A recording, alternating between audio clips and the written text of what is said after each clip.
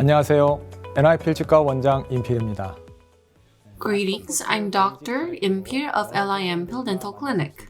I'm honored to be here as a Master Course Basic Director. Albeit in a short time, we're going to address online a part of the offline Master Course. Today, we're going to talk about implants. And this lecture is for those who first face implants. Let's look at the overview of implants. In the past, before implant became widespread, after extraction, bridge, or denture were used, this was the traditional prosthodontic phase done in dental clinics. If the patient had missing teeth, the surrounding natural teeth would be prepped and bridge prosthesis would be provided. 이와 같은 브릿지 보철을 환자에게 해주었습니다. These days, implant treatment has become very widespread. Therefore, even if dental clinics do not recommend implant treatment, first, the patient comes up first asking for implant treatment themselves. Many patients feel like they need implant treatment. Today, we're living in an era where people believe implant treatment is okay and widespread. In an area with missing teeth, drill is used to prep the alveolar bone and artificial tooth is placed, or the implant is placed. After implant is placed, we can proceed treatment two-stage. We can submerge the implant and do secondary surgery. Or healing abutment can be connected. Suture can be done for one-stage surgery.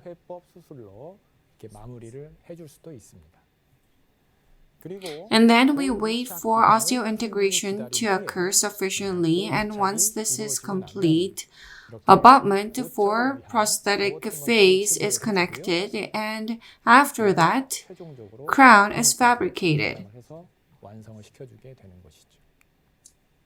The history of dental implants. We have continued to make advancements. Let's briefly look at the history. In the ancient era, it's different from what we now perceive as implants, but for people with missing teeth, artificial teeth were placed to replace the missing teeth. Such attempts have been made from very old. Through medieval and modern times, and to today, various methods have been used to overcome missing teeth. Many people have used different artificial materials and placed them within alveolar bone and proceeded with prosthetics. Various types of implants have existed up until now, and the endosseous implant, or where implant is placed within bone, existed. And there's transmandibular implant, and also subperiosteal implant. If you look at the form, there's screw type, cylinder type, and bladed type. Looking at the materials used, there can be metal and porcelain. In terms of metal material, it can be divided into titanium, titanium zirconia, and gold. These days, more than porcelain, more people use zirconia. Let's look at the images. Subperiosteal implants were used as shown. This kind of implant existed, and this is transmandibular implant. And the implants penetrated across the mandible. And here's endosseous implant. 맨디블 쪽에 So in the mandibular arch, 몰입하는 이런 형태의 implants were placed. 네, 그동안에 쭉 긴 시간을 거치면서 우리는 이 치과 With time in dental field, various types of implants were introduced. 쭉 존재를 해왔고 사실 우리가 현재 하고 The 있는 start of modern day implant was first introduced by Dr. Bronymark, an orthopedic surgeon. 이 바로 이 브레네막이 정형외과 의사인 이 브레네막이 고안해낸 이와 같은 This is a screw type implant, and this is the very beginning of the implant we use today. 지금 현재의 시점으로 보면 Currently, there are 3 different implant designs that are currently in clinical use. 크게 이와 같이 세 가지 타입 중에 하나가 되겠습니다. On the far left is external type implant. This is a traditional external hex type implant that has existed since the Bronymark days. In the center and on the right, they are internal connection type implants. Among the 2 implants, one is for one-stage surgery.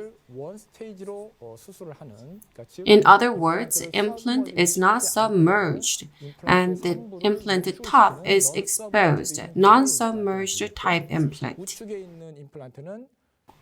And the one on the right is where the implant is placed below bone level. This is submerged type implant. We refer to internal submerged type implant as bone level implant, and as for non-submerged internal implant as tissue level implant.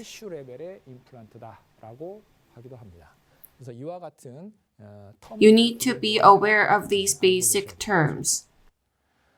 Let's look at external type implants. External connection type implants. On top of implant platform, there is a hex, and on top, the abutment goes on.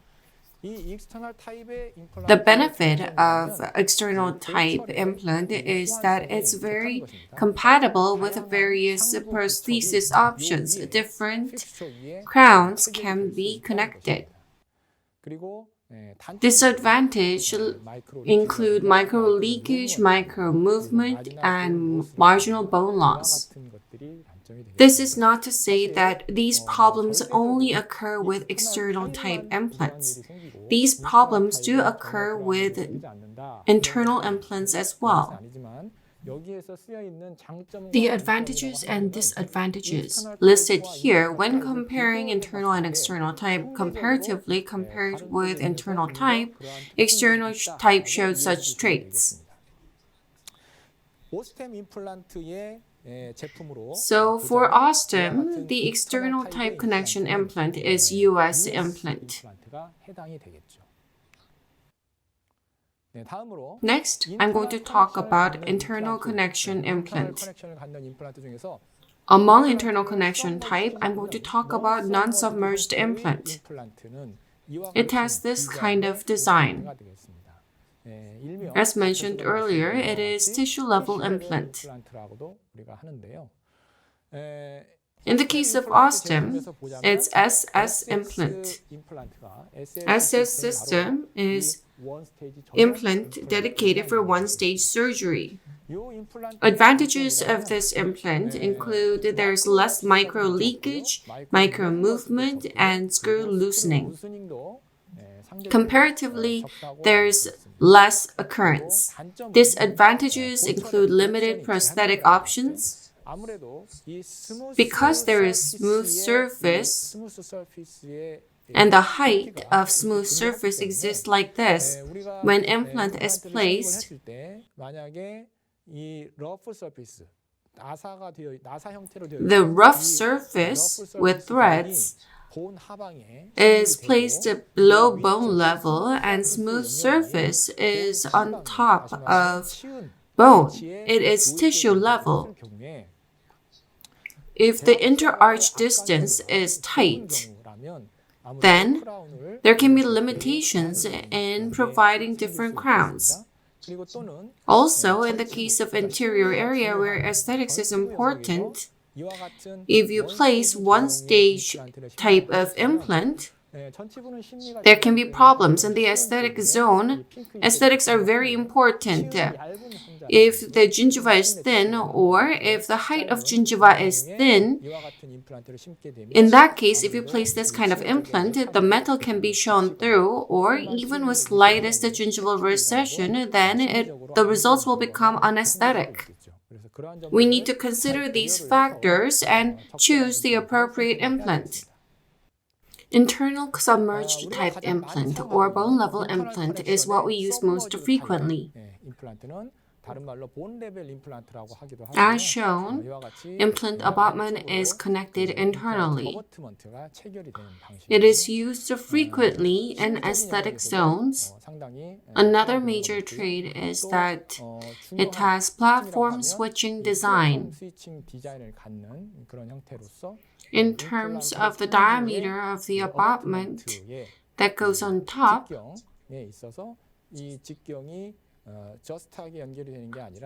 this is connected slightly internally. The implant abutment junction is over here and the abutment goes on top like this, and in this case there's less marginal bone loss, and this has been proven by many researchers. This is referred to as platform switching, and this is one of the advantages of this implant. The disadvantages include the fact that because implant is connected internally, then there can be abutment sinking phenomenon, and there can be fractures in implant wall. This is often referred to as tearing. If the implant wall is thin, tearing can occur. Among ostium implants, the bone level implant lineups include TS and KS implants. Osseointegration concept has been first introduced by Professor Bernie Mark, and since we have always focused on this concept, the osseointegration. If you look at the origin of osseointegration, through research, it has been proven that titanium, once it is in contact with bone, it adheres to it.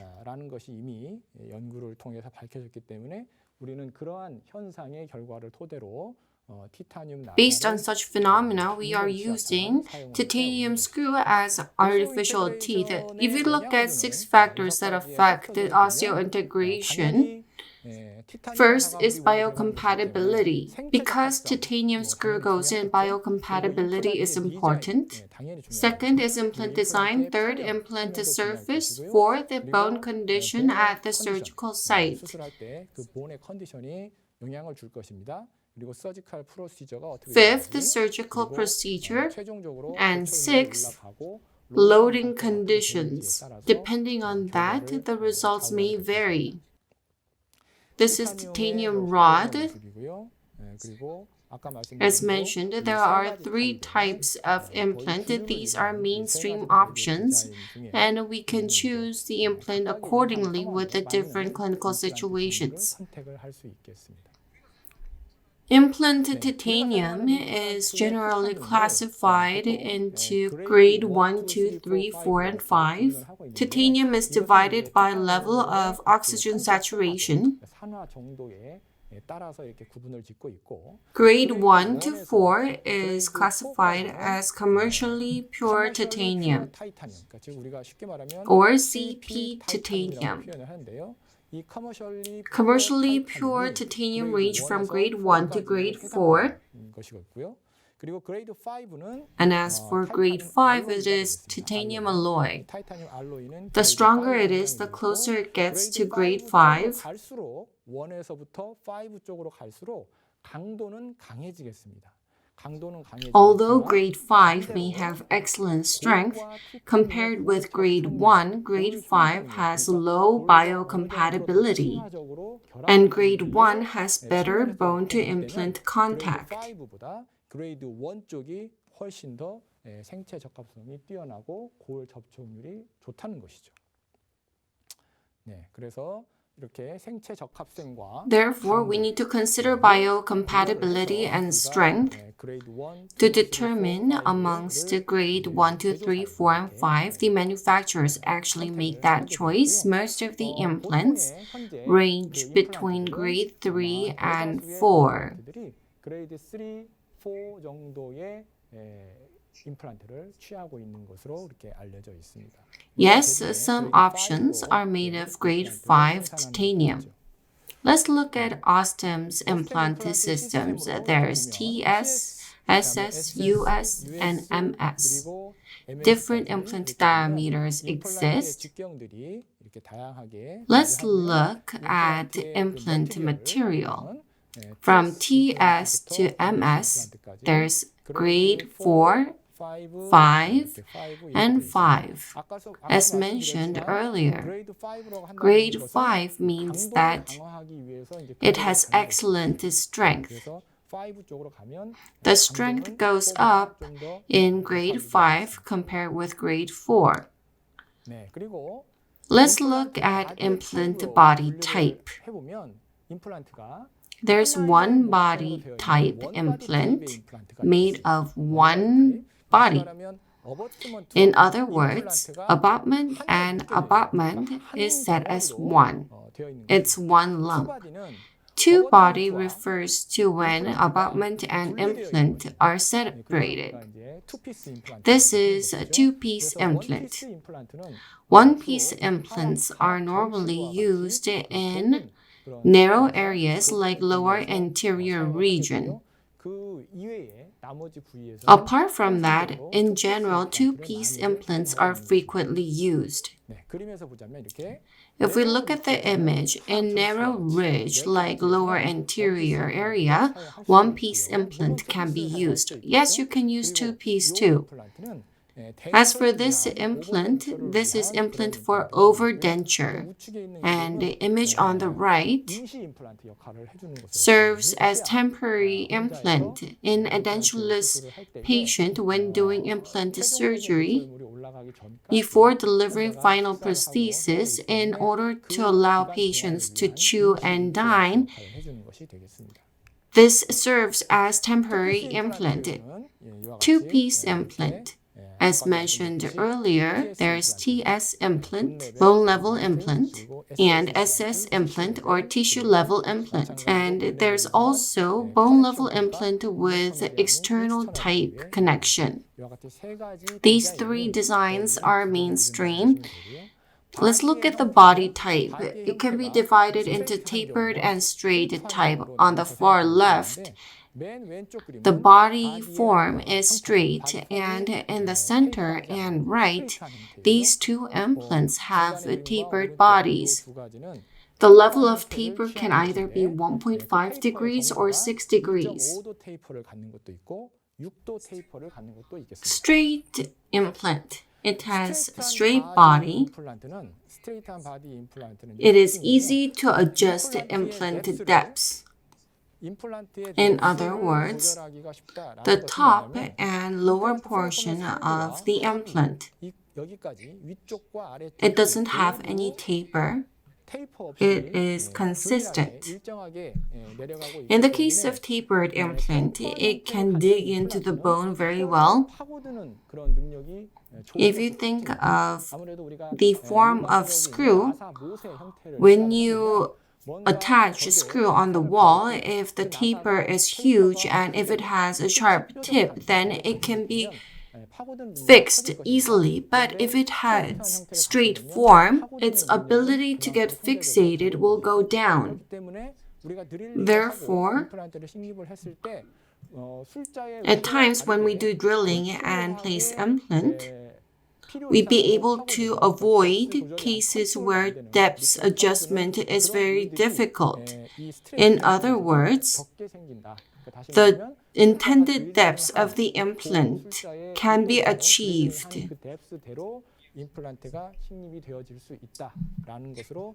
In the case of tapered implant, compared with a straight type, it's easier to drill and it's easier to do angle correction, and drilling steps are fewer.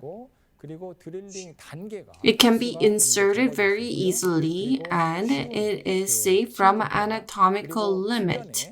It is comparatively more safe. For instance, if there's natural tooth root or inferior alveolar nerve or sinus, compared with a straight body implant, if the implant is tapered, we will be able to avoid damage to anatomical structures in placing implants.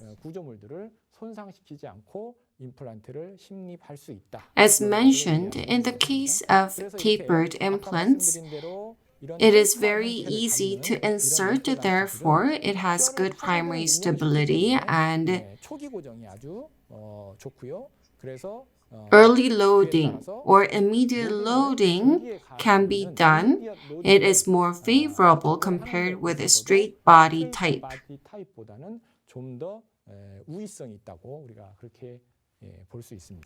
In OSIM lineup, it is US implant. It has external connection. The hex is at the top, and on top, abutment is connected. Let's look at US type connection method. If we expand the image, on top of platform, there's hexagonal shape on top, and the yellow is the abutment. Abutment is connected. Between implant and abutment, there's an abutment screw that binds it. In internal connection, there's TS and there's SS. TS type is bone level implant, and this one is tissue level implant. As mentioned, the implant and abutment is connected like this.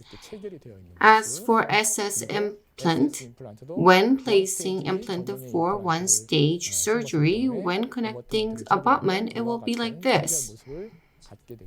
If you look at the connection area, you can see the difference, and it will help you understand.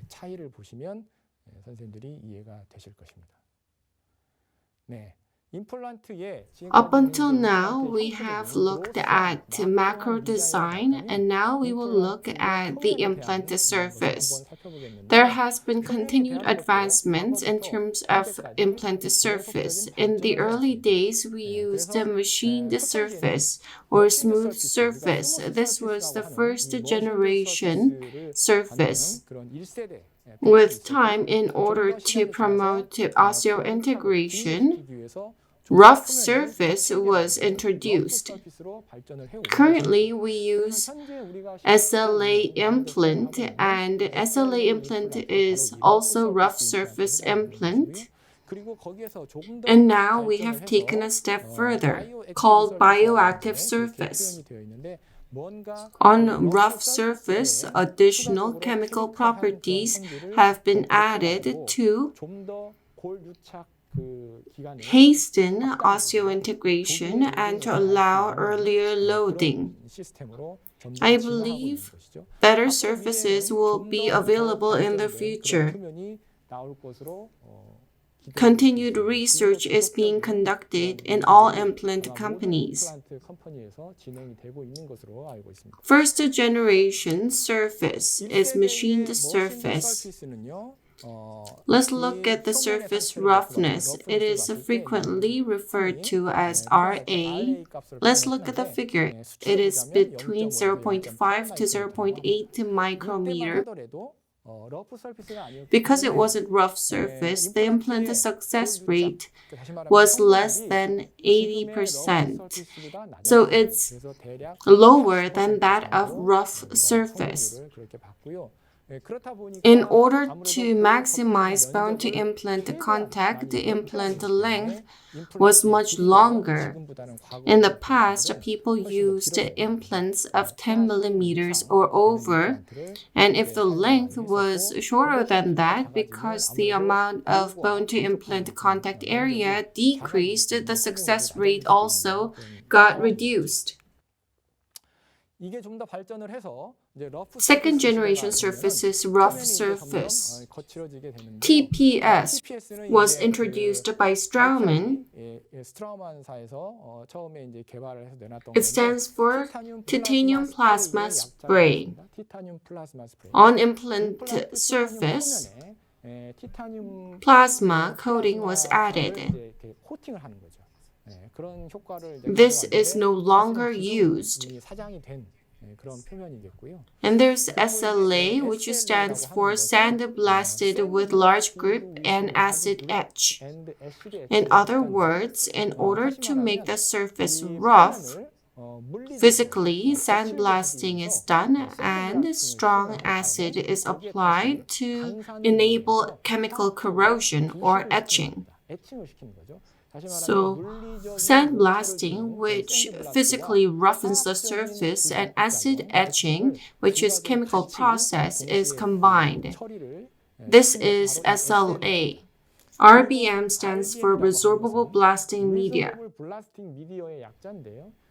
In order to make implant surface rough, blasting process is done. The substance is resorbed on the implant. That's why it's referred to as resorbable blasting media.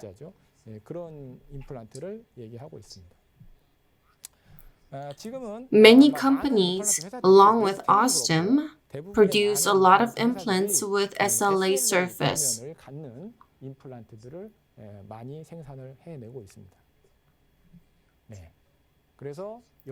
And third generation surface is where chemical properties are added.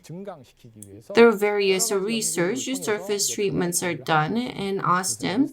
There are products that underwent surface treatment. HA, which stands for hydroxyapatite, is component of bone. Plasma spray coating can be done, and nano HA coating is also an option here. Nano calcium phosphate coating can be done.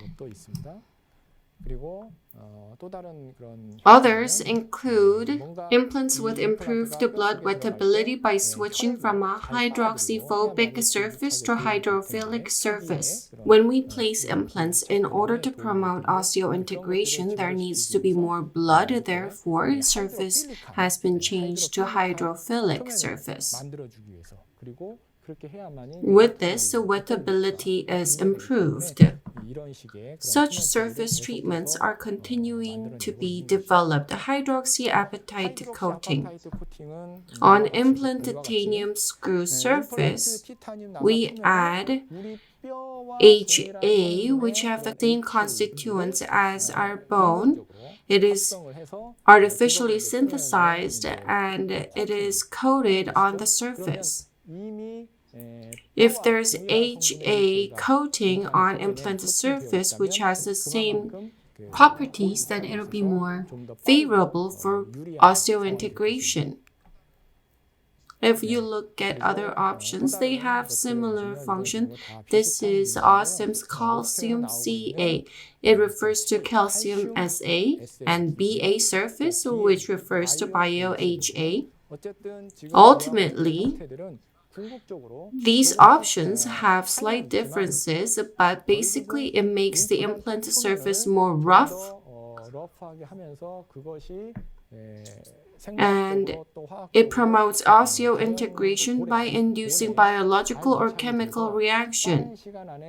The goal is to gain osseointegration quickly and to provide prosthesis within shorter time period. In the future, if such biologic properties can be reinforced, we would be able to get better results. 보강을 해가지고 제품들이 나올 것으로 그렇게 우리가 기대를 해보고 있습니다. This is the end of my online lecture, which addresses a part of the offline lecture. If you're interested in specifics, please come to my offline master course lecture.